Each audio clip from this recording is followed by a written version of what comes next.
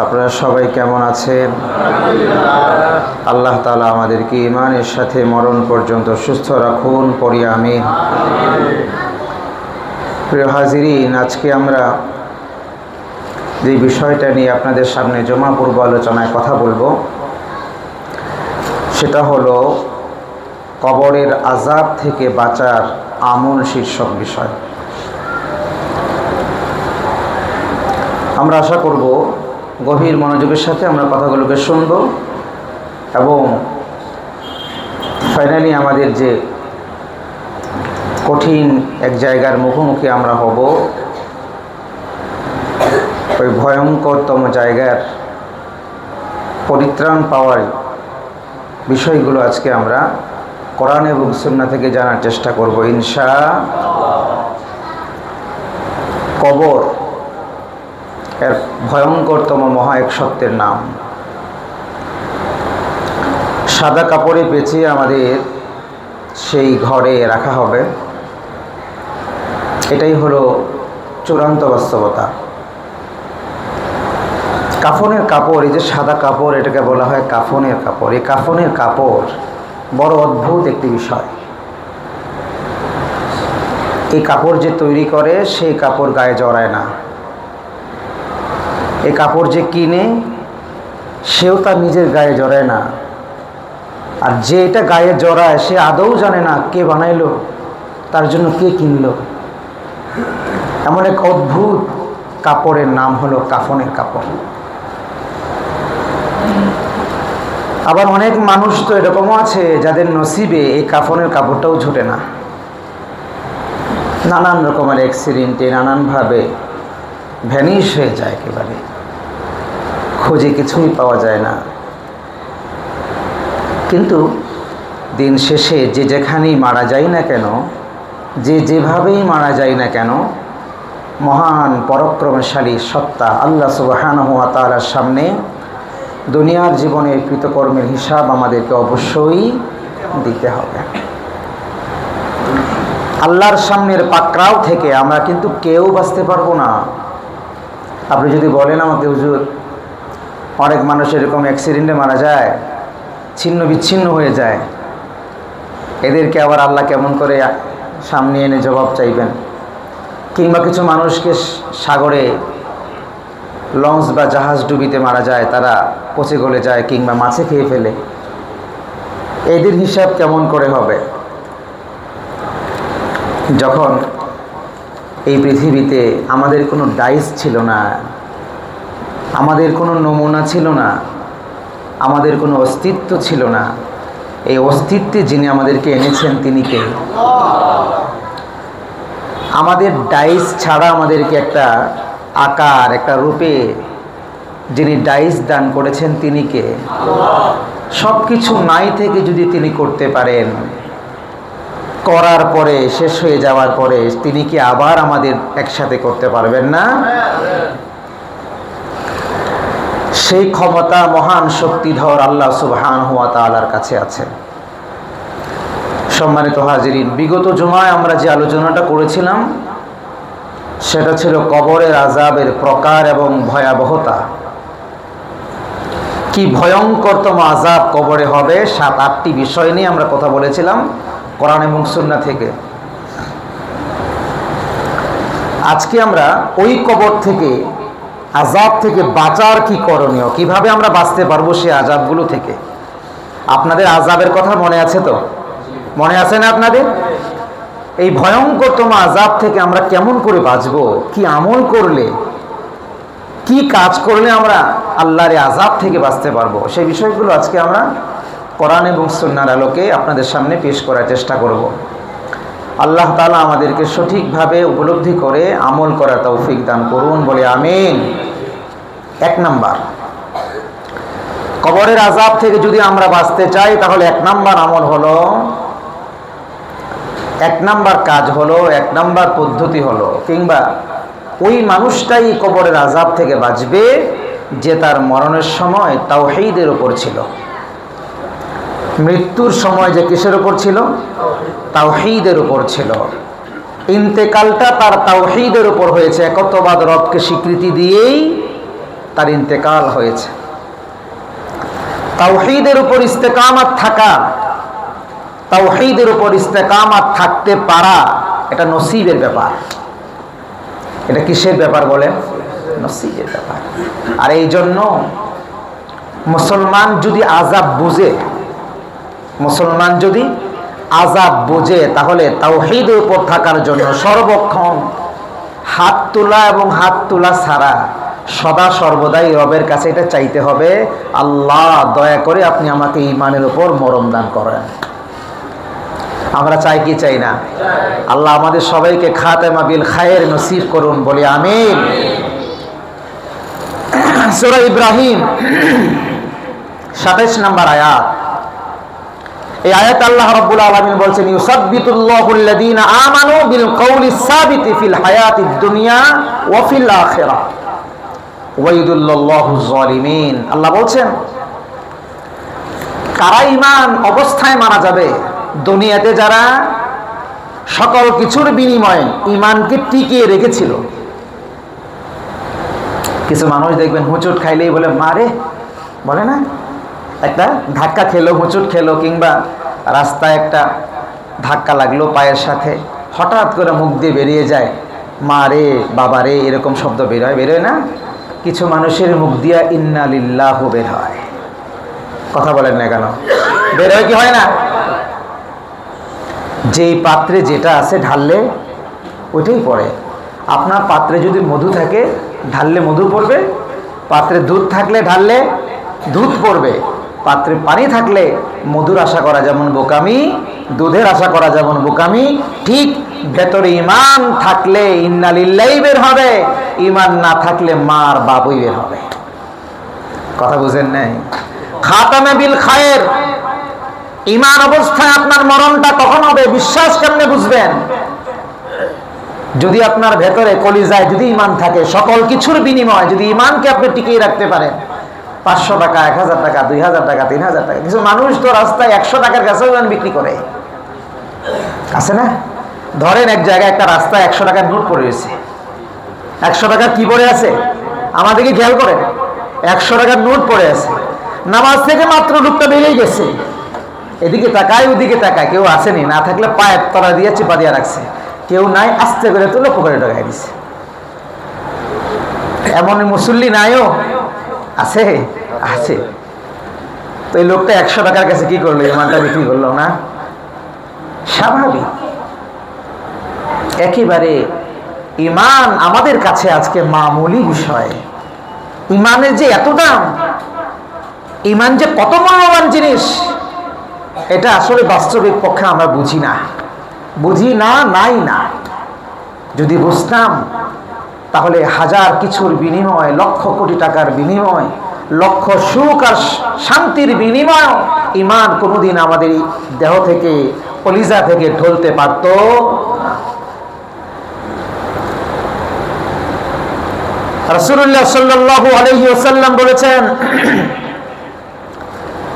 আল্লাহ বলছেন আগের আয়াতের তর্জমা, আল্লাহ তাআলা তাওহীদের উপর তাদেরকেই রাখবেন যারা দুনিয়া এবং আখিরাতে তাওহীদের উপর ছিল, সকল কিছুর বিনিময় দৃঢ় ছিল, তাদেরকে আল্লাহ খাতেমা বিল খায়র নসিব করবেন, মরণের সময় ঈমান নসিব করবেন। রাসূল বলেছেন, মান কানা আখিরু কালামিহি লা ইলাহা ইল্লাল্লাহ দাখালাল জান্নাহ। যে ব্যক্তি মৃত্যুর সময় তার জবান শেষ কথাটা ছিল লা ইলাহা ইল্লাল্লাহ, নবীজি সার্টিফাইড করে বলেন ওই লোকটা আল্লাহর জান্নাতে প্রবেশ করবেন। সুবহানাল্লাহ। কারণ তাওহীদের উপর যে মৃত্যুবরণ করলো সে জান্নাতে যাবে, আর জান্নাতে যে যাবে তার কবরে আযাব এসে ভুগবে না। আল্লাহ দয়া করে আপনি আমাদের সবাইকে ঈমানের সাথে মরণ নসিব করিয়েন, বলেন আমিন। এজন্য আল্লাহকে তার সমস্ত গুণাবলীর সাথে মেনে নিতে হবে। শুধু আল্লাহকে মানলাম এরকম নয়, বরং আল্লাহর যত সিফাত আছে, যত গুণাবলী আছে, সমস্ত গুণাবলীর সাথে আল্লাহকে মানতে হবে। একচ্ছত্র সমস্ত গুণাবলীর মালিক আল্লাহ, এটা মানতে হবে আপনাকে। যদি আপনার কোনো বিষয় বুঝে নাও আসে, মুসলমান যদি আপনি হয়ে থাকেন, সামি'না ওয়া আতা'না, আপনি শুনলেন তো আপনি মানলেন, এর বাইরে যুক্তি উপস্থাপন করার কোনো সুযোগ মুসলমানের নাই। রাসূলুল্লাহ সাল্লাল্লাহু আলাইহি ওয়াসাল্লাম সাহাবায়ে কেরামকে তালিম করতেন, ও আমার সাহাবায়ে কেরাম জাদ্দিদু ঈমানাকুম। কারে বলতো? আমারে না আপনারে না সাহাবারে? সাহাবায়ে কেরাম যাদের ঈমান, সুবহানাল্লাহ, তাদের ঈমানকে নমুনা বানাইতে আল্লাহ বলছেন, তাদের ঈমানকে আমাদের সামনে মডেল রাখতে আল্লাহ তাআলা বলছেন। সেই ঈমানদারদেরকে আল্লাহ নবী বলতেন জাদ্দিদু ঈমানাকুম, ও আমার সাহাবায়ে কেরাম ঈমান নবায়ন করতে থাকো, ঈমানকে নবায়ন করো।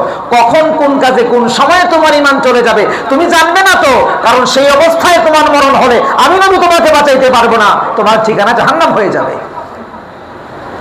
এই জন্য তুমি সব সময় ঈমান নবায়ন করতে থাকো। সাহাবায়ে কেরাম জিজ্ঞেস করলো, গো আল্লাহর নবী ঈমানকে নবায়ন করবো কেমনে? রাসূল বলেন কুলু লা ইলাহা ইল্লাল্লাহ। আল্লাহ রাসূল বলতেন তোমরা সব সময় বেশি বেশি করে লা ইলাহা ইল্লাল্লাহ পড়ো, জেনে বুঝে স্বীকৃতি দাও আল্লাহ সুবহানাহু ওয়া তাআলার কথা। মুহাম্মদ সাল্লাল্লাহু আলাইহি ওয়াসাল্লাম আল্লাহর নবী, এটা জেনে বুঝে স্বীকৃতি দাও, একত্ববাদের স্বীকৃতি জেনে বুঝে দাও। তাই তো বুজুর্গানি কেরাম বলতেন দৈনিক কমপক্ষে আপনি 100 বার লা ইলাহা ইল্লাল্লাহ পড়ুন। কত জিকিরই তো আপনি করেন, জিকির করেন না ভাই? আমরা জিকির করি না? নানান সময় জিকির করি, সুবহানাল্লাহ বলি, আলহামদুলিল্লাহ বলি, আল্লাহু আকবার বলি, লা ইলাহা ইল্লাল্লাহ। এটা আমি কমপক্ষে আপনি আমি দিনে রাতে 100 বার আমরা যেন পড়ি। লাভ কি?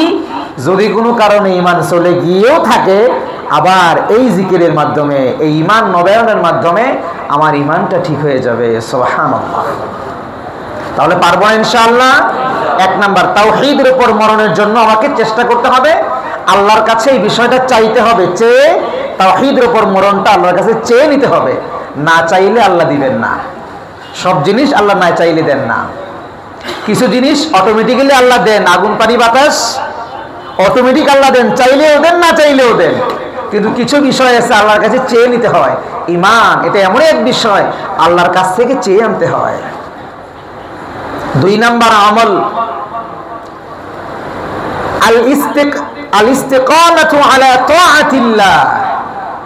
2 নাম্বার আমল হলো আল্লাহর আনুগত্যের উপর অবিচল থাকা।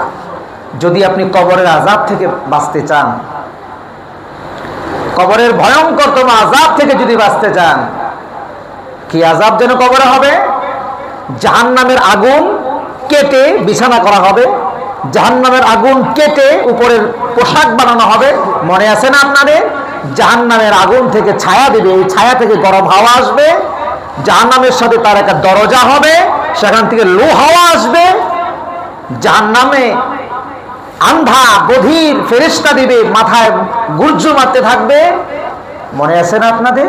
এই সমস্ত আযাব থেকে যদি আমরা বাঁচতে চাই, 70টি সাপ হবে, প্রতিটি সাপের মাথায় আবার 70টা করে মাথা হবে। এক একটা সাপ দংশন যদি করে, আল্লাহু আকবার আল্লাহু আকবার, রাসূল বলেছেন দুনিয়ায় একবার দংশন করলে ওই জমিনে আর ফসল ফলতো না। ওই আযাব থেকে যদি আপনি বাঁচতে চান, 2 নাম্বার আমল হলো আল্লাহর আনুগত্যের উপর অবিচল থাকা। কোনোভাবেই আল্লাহর আনুগত্য থেকে দূরে সরে যাওয়া যাবে না। যখন আপনি জানবেন এটা আল্লাহর আনুগত্য নয়, এটা হাওয়া নফসের আনুগত্য হচ্ছে, কিংবা শয়তানের প্রবৃত্তির অনুকরণ হচ্ছে, আনুগত্য হচ্ছে, তখনই সাথে সাথে আপনাকে আল্লাহর আনুগত্যের দিকে ডাইভার্ট করতে হবে, ফিরে আসতে হবে। কোনো আমল যদি আপনি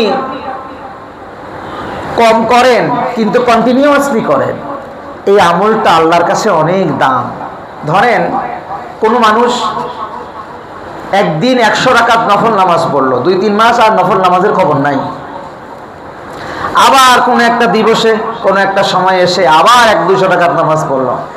এই ব্যক্তি আল্লাহর কাছে যত প্রিয়, আরেকজন ব্যক্তি দৈনিক 2 রাকাত করে পড়ে, মাত্র 2 রাকাত করে পড়ে। এটা কন্টিনিউয়াসলি করে, সব সময় এটা করে, ধারাবাহিকভাবে এই আমলটা করে। আল্লাহর কাছে এই ব্যক্তি 2 রাকাতওয়ালা ব্যক্তি অনেক প্রিয়। 2 টাকা করে 1 টাকা করে আপনি দান করেন, সব সময় দান করার অভ্যাস আপনার আছে, এই দান আল্লাহর কাছে অনেক প্রিয়। 1 কোটি টাকা একদিন দান করেন আর দানের কোনো খবর নাই। কিন্তু যে লোক 1 টাকা করে দান করে, সব সময় করে, এই দান আল্লাহর কাছে অনেক প্রিয়। আপনি ফরজ, ওয়াজিব, সুন্নতে মুআক্কাদা এই তিনটা আপনি নিয়মিত করেন। খুব বেশি নফল করতে পারেন না, খুব বেশি জায়েদা আমল করতে পারেন, অতিরিক্ত নফল সুন্নতগুলো আদায় করতে পারেন না, কিন্তু ফরজ আপনি ছাড়েন না, ওয়াজিব আপনি ছাড়েন না, সুন্নতে মুআক্কাদা পারার পক্ষে আপনি ছাড়েন না। এই তিনটাকে মজবুতভাবে আপনি ধরে রাখছেন। রমজানের রোজা 30টা আপনি রাখেন, কিন্তু সারা বছর আপনি নফল রোজা রাখতে পারেন না, অসুবিধা নাই। আপনি 30টা রোজা রাখেন, ঠিক মতো রাখেন, ফরজ ওয়াজিব সুন্নতটা আপনি ঠিক রাখেন। যদি এতটুকু করেন, কম করেও যদি এতটুকু করেন এবং ধারাবাহিকভাবে করতে থাকেন, প্রতি বছর সব সময় এটা করেন, রাসূল বলেছেন ওয়াইন কাল্লা, তোমার ইবাদত যদি কম হয় কিন্তু এটা যদি ধারাবাহিকভাবে হয়, আল্লাহ তাআলার কাছে এই আমলটাই বেশি গ্রহণযোগ্য। সুবহানাল্লাহ। তাহলে আল্লাহ আনুগত্যের উপর আমাকে সবসময় অবিচল থাকা লাগবে। দেখেন আল্লাহ সুবহানাহু ওয়া তাআলা সূরা ফুসসিলাতে 30 থেকে 32 নম্বর আয়াত আল্লাহ কি বলছেন শুনেন। আল্লাহ বলছেন ইন্নাল্লাযীনা ক্বালু রাব্বুনাল্লাহ, যে ব্যক্তি বলে নিশ্চয়ই আমাদের রবকে, আর একটু জোরে বলতে হবে আল্লাহ। যারা বলে না তাদের রব আবার কে? আমাদের রবকে আল্লাহ, আমার রব, এই রবি আমার সব, ঠিক কিনা? দমে দমে তনু মনে তারি অনুভব, আল্লাহ আমার রব, এই রবি আমার সব। তোমার দুনিয়াতে আমি যেদিকে তাকাই, অথই নিয়ামতে ডুবে আছি সবাই। পাক পাখালির গানে শুনি তাসবিহ কলরব, তাসবিহ কলরব, আল্লাহ আমার রব, এই রবি আমার সব। দমে দমে তনু মনে তারি অনুভব। আমাদের রবকে আল্লাহ রাব্বুল আলামিন বলছেন ইন্নাল্লাযীনা ক্বালু রাব্বুনাল্লাহ, ঈমানদার, আল্লাহ তারই ঈমানদার বলছেন, তারই খাতমা বিল খায়র নসিব হবে। যেই ব্যক্তিটা বলে আমার রব আল্লাহ, শুধু এখানে শেষ না, আল্লাহ বলে এটা স্বীকৃতি দেওয়ার পর নানানভাবে তার এই কথাটা সিনায় নেওয়ার জন্য দুনিয়ার অনেক আসবাব আসবে, টাকা আসবে, গাড়ি আসবে, বাড়ি আসবে, অনেক শান শওকত চেহারার লোভ আসবে, অনেক কিছুর বিনিময়ে সুম্মাস্তাকামু, এই যে আল্লাহকে রব বলে মেনে নিছে, এই রবের উপর ইস্তেকামতের উপর থাকে। আল্লাহ বলছে যে ব্যক্তিরা বলে আমি আল্লাহ তার রব, এইটা বলার পরে দুনিয়ার সমস্ত আসবাবকে দূরে ঠেলে দিয়ে আমি আল্লাহর উপর যার ঈমান ইস্তেকামাত দৃঢ়তার সাথে থাকে, কোনোভাবেই তার ঈমান টলাইতে পারে না, লক্ষ লক্ষ কোটি টাকার বিনিময়ে তার ঈমান টলে যায় না। তাতানাজ্জালু আলাইহিমুল মালাইকা, এমন ব্যক্তির জন্য আমার ঘোষণা, ওই ব্যক্তিরা যখন মারা যাবে, মারা যাওয়ার পরে কবরে যখন তাদের রাখবে, সমস্ত আনুষ্ঠানিকতা যখন শেষ হয়ে যাবে, আমি আল্লাহর পক্ষ থেকে কবরে রাখার আগেই আল্লাহ বলতেছেন যখন মারা যাবে, মারা যাওয়ার সময় আল্লাহ তাআলা ফেরেশতাদের একটা বহর পাঠিয়ে দিবে। সুবহানাল্লাহ বলে। ওই সময় মানুষটা খুব একাকী ফিল করে, হায় হায় হায়, দুনিয়া থেকে বুঝি আমি চলে যাচ্ছি, দুনিয়ায় আমার বুঝি আর থাকার সময় নাই। ওই সময় আল্লাহ তাআলা জান্নাতি কিছু ফেরেশতা নিযুক্ত করে দেন ওই বান্দার সিংহের পাশে বসে। আল্লাহ বলছেন তাতানাজ্জালু আলাইহিমুল মালাইকা, শুধু তাই না, ওই ফেরেশতারা এসে বলে আল্লাহ তাখাফু, ও বান্দা ভয় পাইস না, তোর ভয়ের কোনো কারণ নাই, মরণের পথে তুই চলছিস, তুই চিন্তা করতেছিস না জানি তোর কি অবস্থা হয়। না না, সুসংবাদ দেওয়ার জন্য আমরা চলে আসি। আল্লাহ তাখাফু, ভয়ের কোনো তোর কারণ নাই। ওয়ালা তাহজানু, কবরের আযাব সম্পর্কে, কিয়ামতের আযাব সম্পর্কে, জাহান্নামের আযাব সম্পর্কে তোর কোনো দুশ্চিন্তার কারণ নাই। আল্লাহ তাখাফু ওয়ালা তাহজানু ওয়াবশিরু বিল জান্নাহ। ও বান্দা, ভয়ের কোনো কারণ নাই, দুশ্চিন্তার কোনো কারণ নাই, বরং আমরা তোর কাছে আসছি একটা সুসংবাদ নিয়া, একটা শুভ সংবাদ নিয়া। আর এইটা হলো ওয়াবশিরু বিল জান্নাহ, তোর ঠিকানা হবে জান্নাত। তোদেরকে আমরা আল্লাহর পক্ষ থেকে জান্নাতের শুভ সংবাদ দেওয়ার জন্য দুনিয়ায় চলে আসছি। সুবহানাল্লাহ। আল্লাহ বলছেন সূরা ফুসসিলাতের 30 থেকে 32 নম্বর আয়াত, বান্দা যখন মারা যায়, ইমানদার মারা যাওয়ার সময় পাশে একদল ফেরেশতা আছে, একদল ফেরেশতা আসে। তারা এসে বলে, ভয় পাইস না, আমরা তোর সঙ্গী হব, তোর কোনো ভয় নাই। ইমানদার, তোমার কোনো ভয় নাই, তোমার কোনো দুশ্চিন্তা নাই। এই দুনিয়া নাপাক, দুনিয়া গান্দা থেকে তুমি চলে যাচ্ছ এখন আখিরাতের দিকে। তোমার জন্য এই যে জান্নাতটা, সুবহানাল্লাহ বলেন না? আল্লাহর নবী বলছেন, যেই জান্নাতের মালিক সে হবে, ওই জান্নাতকে আল্লাহ তাআলা দেখায়া দেন। সুবহানাল্লাহ বলেন আরে, ওই জান্নাত আল্লাহ তাআলা দেখায়া দেন, পর্দা সরায়া দেন। চোখের পর্দা সরায়া দিয়া আল্লাহ তাআলা বলেন, বান্দারে দেখ, ওই নিয়ামত তোর জন্য অপেক্ষা করতেছে, ওই জান্নাত তোর। এই জন্য দেখবেন কিছু আল্লাহর বান্দা মারা যাওয়ার সময় মুখের মধ্যে মুচকি হাসি লেগে থাকে, কথা কয় না।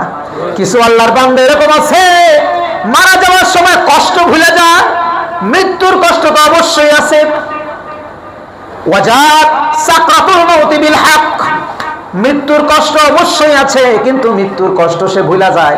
ওই যে নাজ নিয়ামত দেখা যায়, আঙ্গুরগুলো ঝুলতাছে, তার যে বালাখানা, দুনিয়ার পচা ইটের গান্দা দিয়া মাটি দিয়া বানানো বালাখানা নয়, ওর যে বালাখানা দেখা যায়, ওই বালাখানার এক ইট হলো স্বর্ণের, আর এক ইট হলো রূপা। মাঝখানে যে মশলাগুলো দেয় সিমেন্ট আর বালু, এগুলো মেশকে আম্বরের। সুবহানাল্লাহ। এই যে চমৎকার বাড়ি, একতলার দোতলা নয়, কত তারা বান্দা গইনাকে শেষ করতে পারে না। এত বিশাল 10 লাখ 20 ফাটের মালিক নয়। এই যে বিশাল আল্লাহ বাড়ি দিবেন, ওই বাড়িতে কতগুলো ফ্ল্যাট চতুর্পাশে থাকবে, কত রকমের থাকবে, এটা আল্লাহ ছাড়া কেউ বলতে পারবে না। ওটা দেখার পরে বান্দা খুশিতে আত্মহারা হয়ে যায়। সেখানে একদল নারীরা তাকে অভ্যর্থনা জানায়, হুররা তাকে অভ্যর্থনা জানায়, ও আমার স্বামী, তাড়াতাড়ি আসো, তোমার ইন্তজার আমরা করছি, তোমার খিদমতের জন্য আমরা অপেক্ষা করছি। দুনিয়ার গান্দা সব ছেড়ে আমাদের কাছে তাড়াতাড়ি আসো। আল্লাহ আমাদেরকে বানাইছে হাজার হাজার বছর আগে, তোমার ইন্তজারে হাজার বছর অপেক্ষা করছি, তাড়াতাড়ি আমাদের কাছে আসো। সুবহানাল্লাহ। বান্দা হাসে দেয়, মরণের কষ্টের কথা ভুলে যায়, ভুলে যায় রে বান্দা, ভুলে যায়। আল্লাহ বলছেন ওয়াবশিরু বিল জান্নাহ। আল্লাহ রাব্বুল আলামিন ফেরেশতার মাধ্যমে ওই ব্যক্তির জান্নাতের সুসংবাদ দেন। তারপরে আল্লাহ বলেন, আল্লাতী কুনতুম তুআদুন। বান্দারে, এখন তো তোর ইয়াকিন হইছে, ও বান্দা, এখন তো তোর বিশ্বাস হইছে। আমাকে না দেখা, কোনো আলামত না বুঝা তুই আমার উপর ঈমান আনছিলি, আমার কথাগুলো মাইনা চলছিলি, আমার নবীরাও দেখোস নাই, নবীর সুন্নাহগুলো নিজের জীবনের সাথে ধারণ করছিলি। ও বান্দা, এখন তো বিশ্বাস হয়। দুনিয়ায় যে উলামায়ে কেরাম বলতো, দুনিয়ায় যে একটি কোরআনের কপি ছিল, ওই কোরআনের কপির মধ্যে লেখা ছিল জান্নাতের কথা, ও বান্দা বিশ্বাস হয়নি। আল্লাহ তখন বলবে, আল্লাতী কুনতুম তুআদুন, তোরে যে ওয়াদা করছিলাম ওই জান্নাত তোর জন্য আমি দিব, কি পাইছনি ঠিক মতো? সুবহানাল্লাহ কয় না? আহা, আল্লাহ বলবেন ইতিপূর্বে এই জান্নাত সম্পর্কেই তোমাকে ওয়াদা করা হয়েছিল, কিন্তু ওই লোক যদি আর 2-4-5 মিনিট সময় পাইতো, তাইলে দুনিয়ার মানুষকে জানায় যাইতো কি যে ঘটনা তার সাথে এখন ঘটতেছে। সুযোগ তো আর নাই। আল্লাহর জান্নাতে চলে যায় আল্লাহর বান্দা। প্রিয় ভাইরা, একাকিত্বের যে জীবন, কবর, মৃত্যুর পথযাত্রী, এই মানুষটা এতভাবে একা ফিল করে নিজেকে, এতভাবে নিঃসঙ্গ ফিল করে, সে চায় আমার সাথে কিছু মানুষ কবরেও যাক। এই কবরে আমি একা একা কেমনে থাকবো? সে সব দেখতে পায়, সব শুনতে পায়, আমরা তার অনুভূতি শুনি না, আমরা তার অনুভূতি বুঝি না। সে অনেক কথা বলতে চায় কিন্তু কিছু বুঝে না। সে চায় আমরা তার সাথে যাই, আত্মীয় স্বজনরা তার সাথে যাই, আত্মীয় স্বজনরা কবরে তার সাথে থাকি। সে কান্না করতে থাকে, কই যাও তোমরা আমাকে রেখা, আমাকে রেখে তোমরা একাকী রেখে কোথায় যাও? এই জন্যই তো আল্লাহ বলছেন, আল্লাহ তাখাফু ওয়ালা তাহজানু ওয়াবশিরু বিল জান্নাহ। বান্দারে, এই ভয় যখন বান্দা পাইতে থাকে তখন বলে ভয় তো কোনো কারণ নাই, দুশ্চিন্তার তো কোনো কারণ নাই, দুনিয়ার মানুষরা দুনিয়ায় থাকবে, আমরা তোমার সঙ্গী সাথীরা কবর পর্যন্তই শুধু নয়, জান্নাতে পৌঁছানোর আগ পর্যন্ত তোমার থেকে আমরা দূরে যাব না। সুবহানাল্লাহ। প্রিয় ভাইয়ের আমার, রূহ কবজ করার আগেই আল্লাহ সুবহানাহু ওয়া তাআলা এই দৃশ্যগুলো, এই জান্নাতের সুসংবাদগুলো, শুভ সংবাদগুলো আল্লাহ তাআলা জানিয়ে দেন। আল্লাহর কাছে আমরা চাই, আল্লাহ এই শুভ সংবাদের অংশীদার আমাদেরকেও তুমি করিও, মেহেরবানি করে সবাই বলেন আমিন। এরপর আল্লাহ কি বলেন? নাহনু আউলিয়াউকুম ফিল হায়াতিদ দুনিয়া। আল্লাহ বলেন, ওই ফেরেশতারা বলবে, যারা ঘুমায় ডাক্কা দিয়ে সজাগ করে দেন, নামাজের শুরুতে বসায়া দেন যারা যারা ঘুমায়, কারণ জান্নাতে যাওয়া লাগবো না, আমাকে জান্নাতে যাওয়া লাগবো না, শুনতে হবে, বুঝতে হবে, তারপরে জান্নাতে যাওয়া লাগবে। রাগ কইরেন না। আল্লাহ বলেন, নাহনু আউলিয়াউকুম ফিল হায়াতিদ দুনিয়া। ওই ফেরেশতা বলবে ডাক দিয়া, ও দুনিয়ার মানুষরা, মুমিন রে শুন, ও মুমিন শোনো, দুনিয়ার জীবনে আমরা তোমার বন্ধু ছিলাম। কি মনে করছো? দুনিয়ার জীবনে কি আমরা তোমার বন্ধু ছিলাম না? তুমি তো আমাদের দেখতে পাও নাই। নানান রকমের বিপদ থেকে আল্লাহর হুকুমে আমরা তোমারে বাঁচাইছিলাম। সুবহানাল্লাহ। হাদিসে পাকের মধ্যে আসছে, বান্দা যখন খাটের মধ্যে ঘুমায়, বিছানার মধ্যে যখন ঘুমায়, অনেক বান্দাকে আপনি দেখতে পাইবেন একেবারে ঘুমাইতে ঘুমাইতে, মোচড় টোচড় দিতে দিতে একবারে বিছানার খাটের কিনারে চলে আসে। চলে আসা মাত্রই আবার কেমন যেন এই পাশ ও পাশ হয়ে খাটের দিকে চলে যায়, নিচের দিকে পড়ে না। কথা কন না? হাদিসের মধ্যে আসছে, ওই যে যারা দুনিয়ার বন্ধু ছিল, ওই ফেরেশতারা তার কানে কানে গিয়ে বলে, ও বান্দা পইরা যাবি, ওই দিকে মুসর দে। সুবহানাল্লাহ কয় না? এইটা বান্দা শুনতে পায়, শুনতে পাই আবার ডান দিকে মুচড় দেয়, ডান দিকে মুচড় দিয়ে খাটের মাঝখানে চলে যায়, নিচে পড়ে না, ব্যথা পায় না। আহারে, এই জন্য বলবে, নাহনু আউলিয়াউকুম ফিল হায়াতিদ দুনিয়া। দুনিয়ার জীবনে আমরা তোমার বন্ধু ছিলাম। কি মনে করছো? ওয়া ফিল আখিরাহ। এই যে কবর শুরু হয়ে গেল, মরণ শুরু হয়ে গেল, অনন্ত পথের যাত্রা তোমার শুরু হয়ে গেল, এই অনন্ত পথের যাত্রায় আমরা তোমার সাথী হয়ে থাকবো। সুবহানাল্লাহ। একাকী থাকবে না, মুমিন বান্দারা একাকী থাকবে না। যে ফেরেশতারা দুনিয়ায় তার সাথী ছিল, ওই ফেরেশতারা আখিরাতেও কবর জগৎ থেকে তার সাথী। কবর না, শুধু মরণের আগে থেকেই তার সাথী শুরু হয়ে গেল। কবর, হাসর, মিজান, পুলসিরাত, একেবারে জান্নাতে যাওয়া পর্যন্ত এরা মুমিনের সাথী সঙ্গী হয়ে থাকবে, যেন মুমিন ভয় না পায়। আল্লাহ রাব্বুল আলামিন বলছেন, ওয়ালাকুম ফিহা মা তাশতাহি আনফুসুকুম ওয়ালাকুম ফিহা মা তাদউন। তার জন্য যে আল্লাহ তাআলা জান্নাত রাখছেন, যে জান্নাতটা আল্লাহ তাআলা তার জন্য সুসজ্জিত করেছেন, বালাখানাটা, আল্লাহ সুবহানাহু ওয়া তাআলা ফেরেশতারে বলে, ও ফেরেশতা দেখাও এটা। আমার বান্দা 60 বছর 70 বছর জিন্দেগিতে আমায় এত কষ্ট করে মাইনে চলছে, আমার উপর ইতাআত ছিল, আমার আনুগত্যের উপর এতটা অবিচল ছিল, আমার বান্দারে মরণের পরে নয়, মরণের আগেই তারা দেখাইয়া দেয় আমি কোন জান্নাতে তারা রাখবো। সুবহানাল্লাহ। এই খবরও বলে দে, ওই যে জান্নাত দেখা যায়, ওই জান্নাতে সে যা চাইতে পারে, যা কল্পনা করতে পারে, যা আমার কাছে আবদার করতে পারে, সব তার জন্য সেখানে রাখা আছে। সুবহানাল্লাহ বললেন না?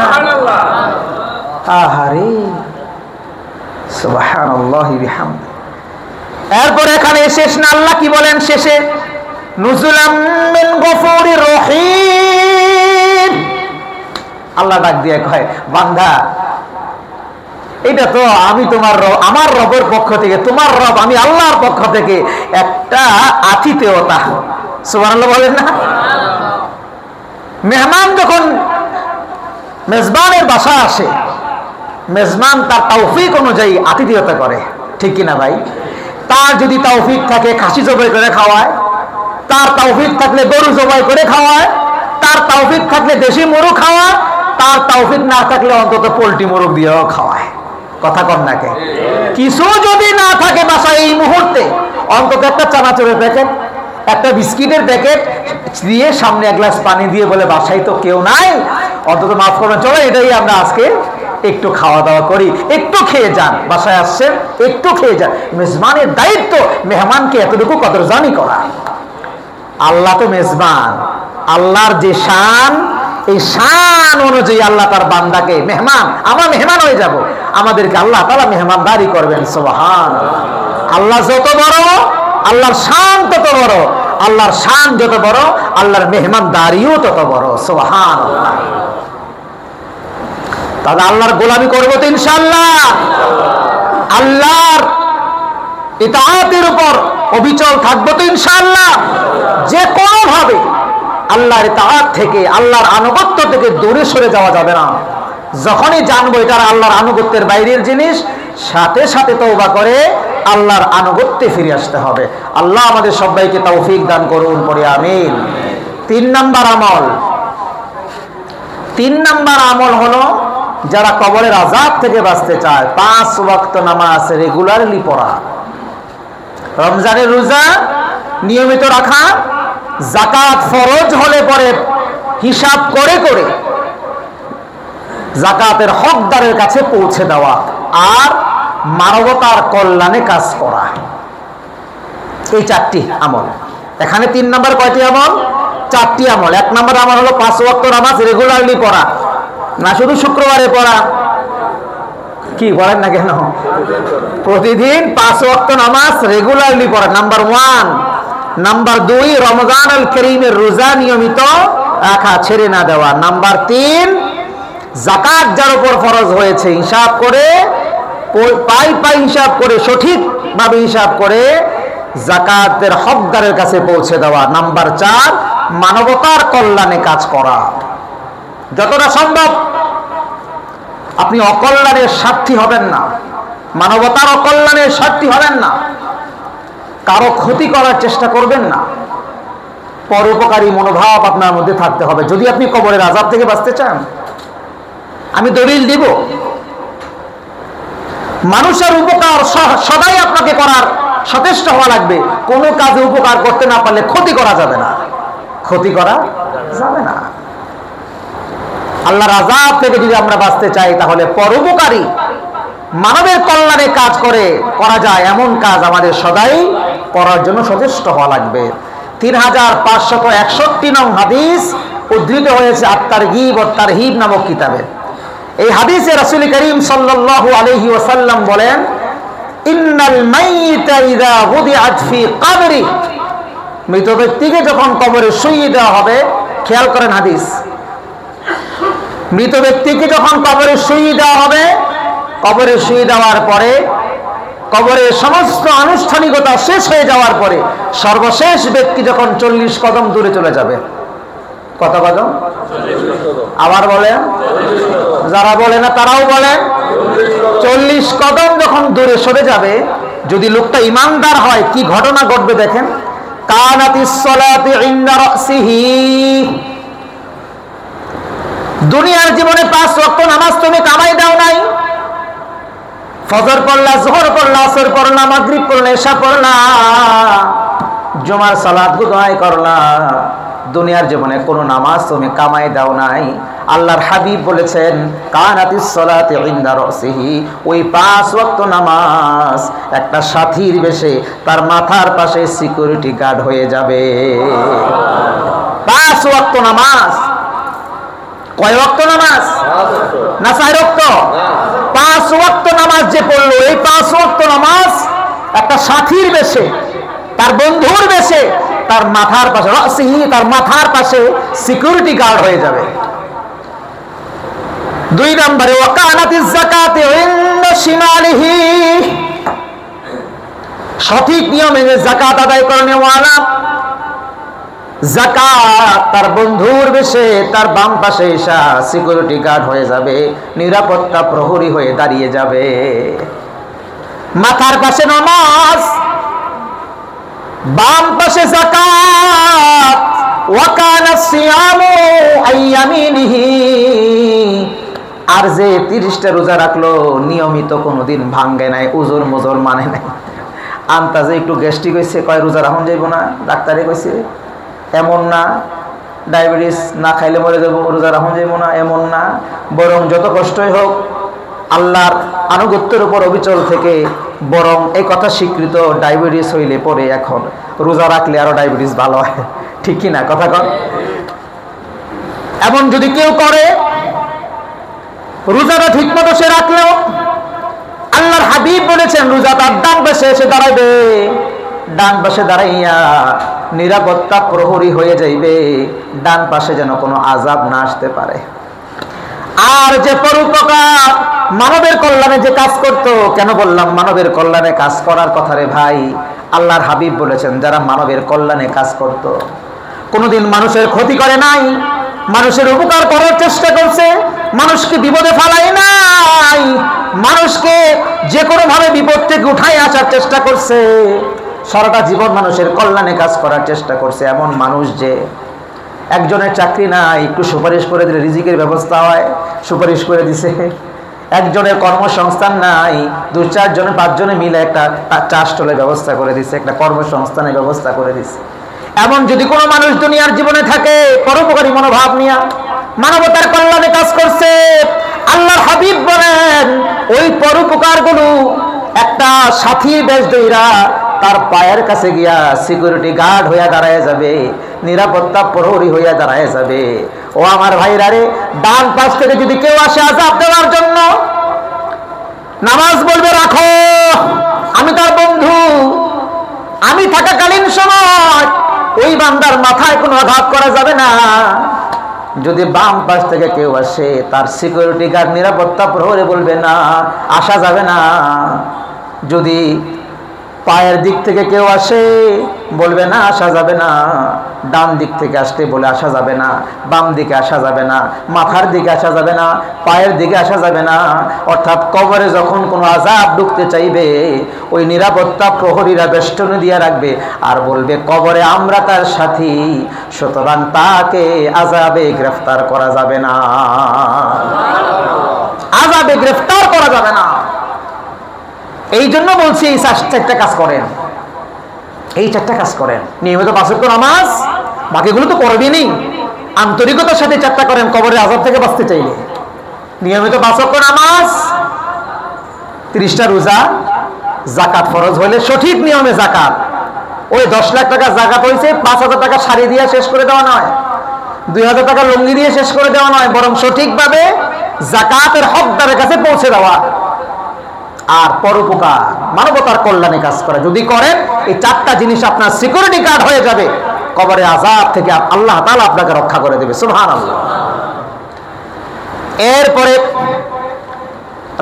রাসূল করিম সাল্লাল্লাহু আলাইহি ওয়াসাল্লাম বলেন, ওই ব্যক্তিকে যখন ফেরেশতারা উঠাইবে, উঠানোর পরে এবার প্রশ্ন করা শুরু করবে। প্রশ্নের সময় চলে আসছে, প্রশ্ন সবাইরই করবে। প্রশ্ন যখন করা শুরু হবে, এমন সময় তার প্রশ্ন হবে, সে যখনই মারা যাক এমন সময়টা তার সামনে উপস্থাপন করা হবে যখন দেখা যাবে আসরের রক্ত শেষ হইয়া মাগরিবের রক্ত চলতেছে, সূর্য ডুবতেছে। এমন একটা সময় সূর্য ডুবে মাগরিবের রক্ত, এমন সময় যখন তাকে প্রশ্ন করা হবে মার রব্বুক, এই প্রশ্ন করা হবে, তখন সে উত্তরে বলবে দাওনি হাত্তা উসাল্লিয়াস সালাহ। আরে রাখো তোমার না কথা, তোমার প্রশ্ন পরে উত্তর দিব। সূর্য ডুবে গেছে, আমার নামাজ পড়া লাগবে, সুবহানাল্লাহ কয় না?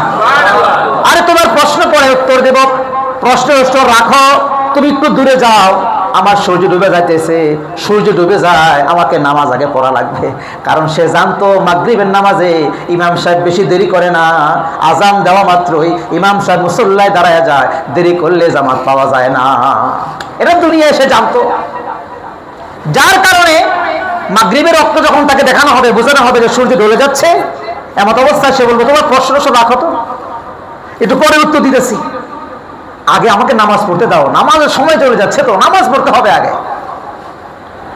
ফেরেশতা বলবে বান্দা এটা নামাজের জায়গা না, তুমি যে কোথায় আছো এখনো বুঝতেছো না, কোন জায়গায় যে আছো তুমি তো জানো না, কারণ তোমার সাথী সঙ্গীরা তোমাকে এমন মনোভাব দিয়ে রাখছে তুমি বুঝতেই পারতেছো না তুমি কোথায় আছো। তারপর উত্তর দিয়া দিবে, আবার জিজ্ঞেস করা হবে, আবার নবীকে দেখাইয়া বলা হবে চিনোনি, ওই যে নবীকে দেখাইয়া বলা হবে চিনোনি, ওনারে চিনো কিনা। আল্লাহর নবীকে দেখার পর বলবে হাদা নবী মুহাম্মদ সাল্লাল্লাহু আলাইহি ওয়াসাল্লাম। আরে বেটা ওনারে তুমি দেখাইয়া কো আমি চিনিনি। কেউ কেউ তো বলবে ওনারে কত স্বপ্নে দেখলাম, সুবহানাল্লাহ কয় না, ওনারে স্বপ্নে দিয়া কলিজারা ফাড়া করে ফেলছি ওনার জন্য, সারাটা জীবন ওনার প্রেমে আসক্ত ছিলাম আমি, ওনার প্রেমে যুবক বয়স থেকে আমি দাঁড়িয়ে রাখা শুরু করছি, মানুষ আমার কত কথা বলতো কিচ্ছু আমি শুনি নাই, ওনার প্রেমে যুবক বয়স থেকে মাথায় টুপি পরা শুরু করছি, ওনার প্রেমে ওনার জামা পাঞ্জাবি পরা শুরু করছি, যুবক বয়স থেকে মানুষ কত টিটকারি মাত্র, শুধুমাত্র ওনাকে ভালোবাসি, ওনার সাথে আমার গভীর প্রেম, এই জন্য আজকে দুনিয়ার জীবনে কত মানুষ কত টিটকারি করতো, সব ফেলে দিয়ে ওনার দিনকে আল্লাহর জমিনে সমুন্নত করার জন্য, যে দিনের জন্য তিনি উহুদের তান্ডান শহীদ করেছেন, যেই দিনের জন্য মাথার ভিতরে হেলমেট ঢুকে গিয়েছিল, এই দিনকে সমুন্নত করার জন্য জীবনটা সারাটা জীবন আমি ওনার জন্য শেষ করছি। হাদা নবীজি, আরে বেটা এটাই তো আমার সেই প্রেমিক পুরুষ মুহাম্মদ সাল্লাল্লাহু আলাইহি ওয়াসাল্লাম, হাদা নবীজি, এটা আমার নবী, তুই কারে কি জিজ্ঞেস করস। আহা, এমন যখন হবে ফেরেশতা প্রশ্নগুলো করবে, বান্দা এমন করে উত্তর দিবে, আল্লাহ তাআলা আসমান থেকে আওয়াজ দিয়ে বলবে বান্দারে যা বলছে সব সত্য, আর কিছু জিজ্ঞাইস না, এরা ডিস্টার্ব করিস না, আমার বান্দা সারাটা জীবন দুনিয়ার জীবনে আমার জন্য কষ্ট করে আসছে, আমার দ্বীনের জন্য কষ্ট করে আসছে, ও ফেরেশতা তার আর কিছু জিগায়া সময় নষ্ট করিস না, তারা আরাম করতে দে। আল্লাহ তাআলা বলবে বান্দা তুমি নামাজ পড়তে চাইছো, কবরের জীবনে যাও যাও যাও, কিয়ামতের ময়দানেও তোমার নামাজরত অবস্থায় আমি উঠাইয়া দেব, সুবহানাল্লাহ বলেন। কিয়ামতের ময়দানে তোমার নামাজরত অবস্থায় আমি উঠাইয়া দিব। আল্লাহর কাছে আমরাও চাই, ওগো আল্লাহ নামাজরত অবস্থায় আমাদের মরণ দিও, আর কিয়ামতের ময়দানে নামাজরত অবস্থায় তোমার সামনে উঠাইও, বলেন আমিন। আল্লাহু আকবার। এরপর আল্লাহ তাআলা জান্নাত থেকে একটা গেট করে দিবেন, জান্নাতে নাজ নিয়ামত গুলো বান্দার কবরের মধ্যে আসতে থাকবে, সুবহানাল্লাহ। প্রিয় ভাইরা আমার, পারবো তো আমরা 5 ওয়াক্ত নামাজ পড়তে ইনশাআল্লাহ? আল্লাহ আমাদের কবুল করেন, বলেন আমিন। রমজানের রোজাগুলো আমরা কোনো বাহানায় ছাড়বো না। যাকাত যাদের উপর ফরজ হয়েছে পাই হিসাব করে যাকাতের হকদার লোকদের কাছে সেই টাকাগুলো যাকাতগুলো তাদের কাছে পৌঁছে দেবো ইনশাআল্লাহ। আর সর্বোচ্চ ভাবে চেষ্টা করো মানবতার কল্যাণে কাজ করা, কোনোভাবেই আমার দ্বারা যেন মানবতার অকল্যাণ না হয়, আমি যেন কোনো অকল্যাণের সাক্ষী না হই। আল্লাহ আমাদের তৌফিক দান করুন, বলি আমিন। 4 নাম্বার আমল আর রিবাতু ফি সাবিলিল্লাহ। আর রিবাতু ফি সাবিলিল্লাহ মানে হলো আল্লাহর পথে প্রহরায় থাকা। রাসূলুল্লাহ সাল্লাল্লাহু আলাইহি ওয়াসাল্লাম বলছেন, যারা সীমান্ত পাহারা দেয়, কি পাহারা দেয়? সীমান্ত। কোন সীমানা? মুসলিম এবং কাফেরের মাঝখানে যে সীমানা, মুসলিম এবং কাফেরদের মাঝখানে যে সীমানা, এই সীমানা যারা পাহারা দেয় তাদেরকে বলা হয় রিবাত। এই রিবাত যারা, আল্লাহ তাদের কবরের আযাব মাফ করে দিবেন। এদের আমলের ফজিলত কি?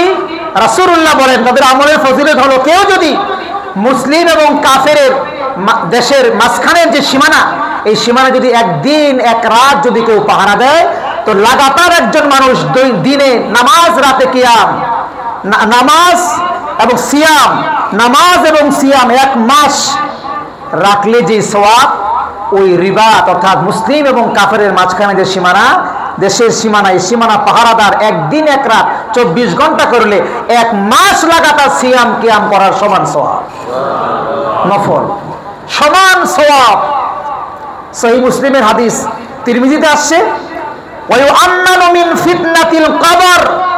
শুধু সওয়াব এখানেই শেষ না, মুমিন যদি হয়, ইমানদার যদি হয়, তাহলে তো সওয়াব, এবং তার কবরে যত ফিতনা আছে, কবরে যত আযাব আছে, রব্বে কারীম তার কবরের আযাবগুলো শেষ করে দিবে। কারণ আমাদের দেশে আছে তারা বিজিবি, না বিজিবি আছে না, বর্ডার গার্ড বাংলাদেশ, তারা কিন্তু এই হাদিসের মিসদাকের মধ্যে পড়ে যায়। তারা যদি ইমানের সাথে সওয়াবের আশায়, কারণ তারা যে সীমানা প্রহরা দেয়, এটা মুসলিম এবং কাফেরদের দেশের মাঝখানের সীমানা। আমরা যারা বিজিবি নই, আমাদের এই ফজিলত কেমনে আসবে? কথা কন না। সবাই কি সীমানা প্রহরা দিবে না, নির্দিষ্ট কিছু লোক দিবে, কিন্তু যারা দিবে না তারা এই ফজিলতের অংশীদার কেমন করে হবে? রাসূলুল্লাহ এই ব্যাপারেও আমাদেরকে বলেছেন, সুবহানাল্লাহ বলেন।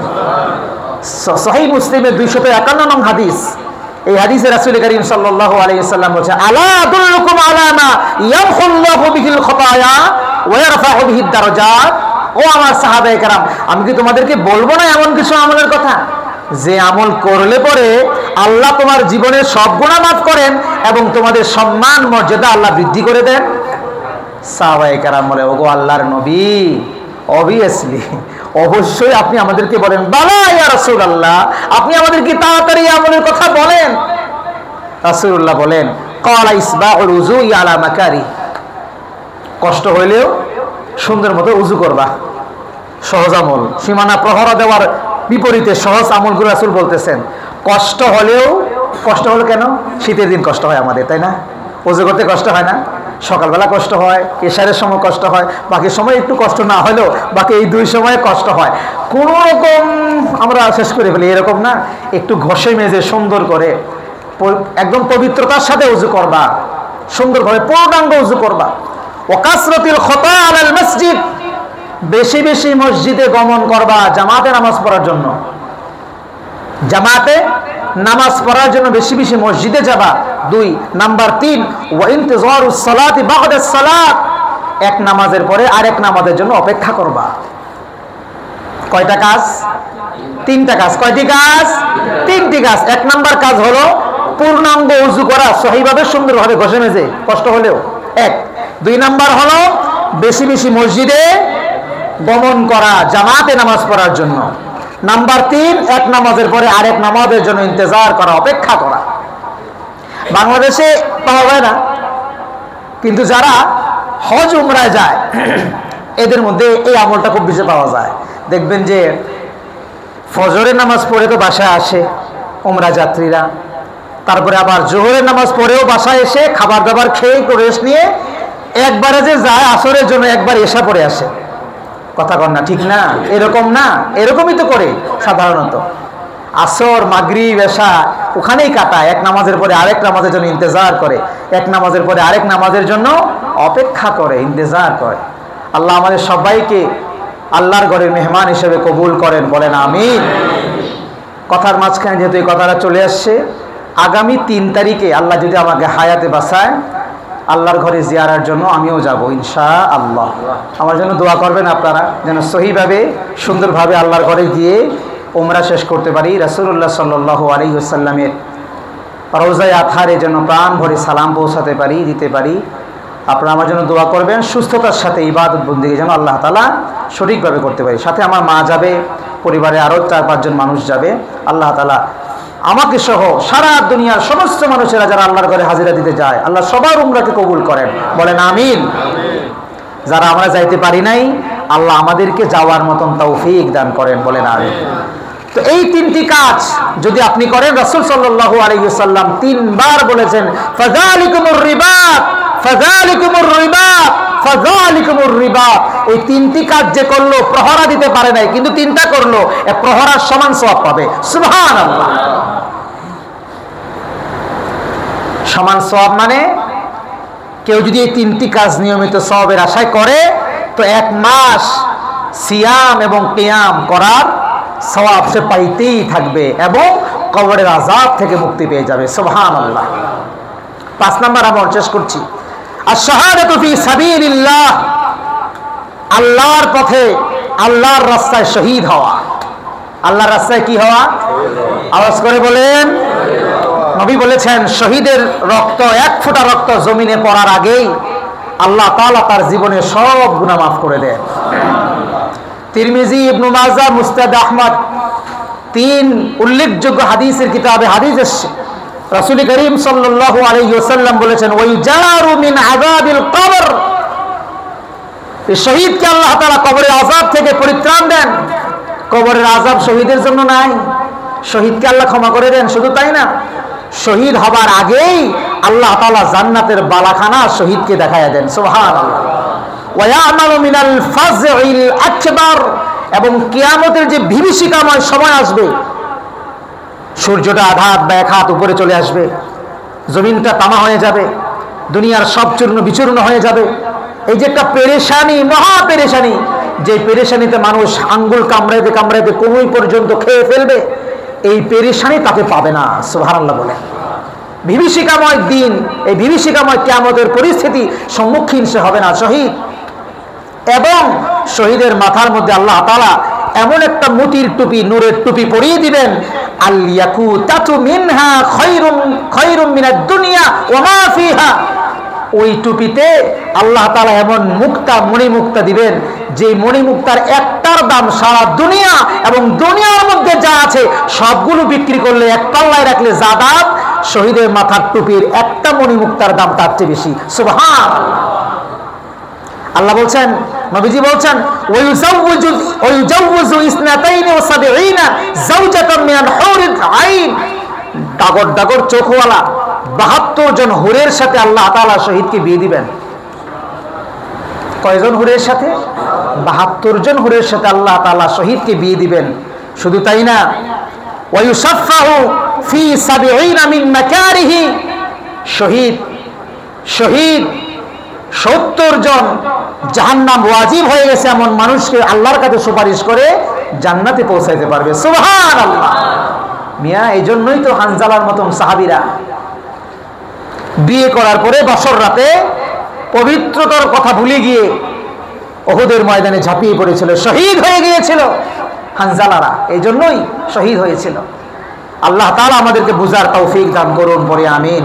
প্রিয় ভাইরা আমার, ইসলামের এই মহামূল্যবান জিনিস, ইসলামের এই মহামূল্যবান জিনিস এই জিহাদ, এই জিহাদকে আজকে আমরা নানানভাবে জঙ্গির সাথে ট্যাগ দিয়ে এই ইবাদতকে আমাদের থেকে, আমাদের অন্তর থেকে জুজম দূরে সরিয়ে দেওয়া হয়েছে। কথা বলেন ঠিক কিনা?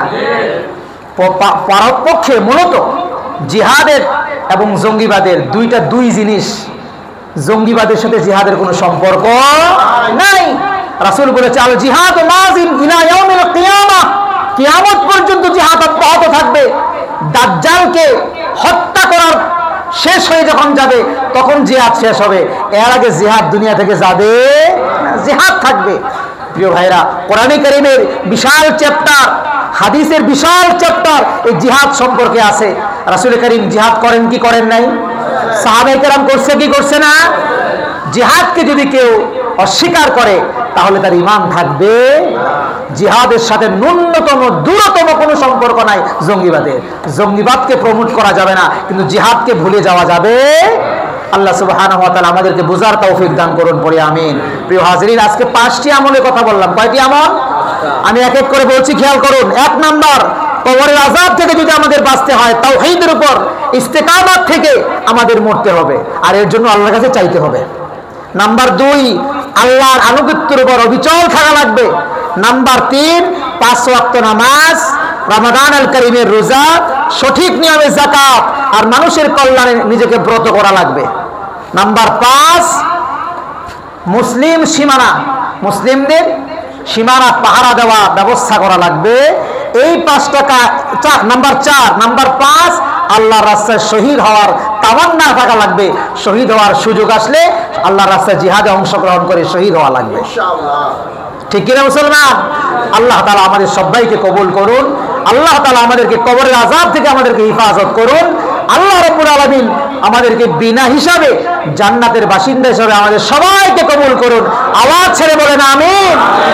ওয়া আখিরু দাওয়ানা আলহামদুলিল্লাহি রাব্বিল আলামিন।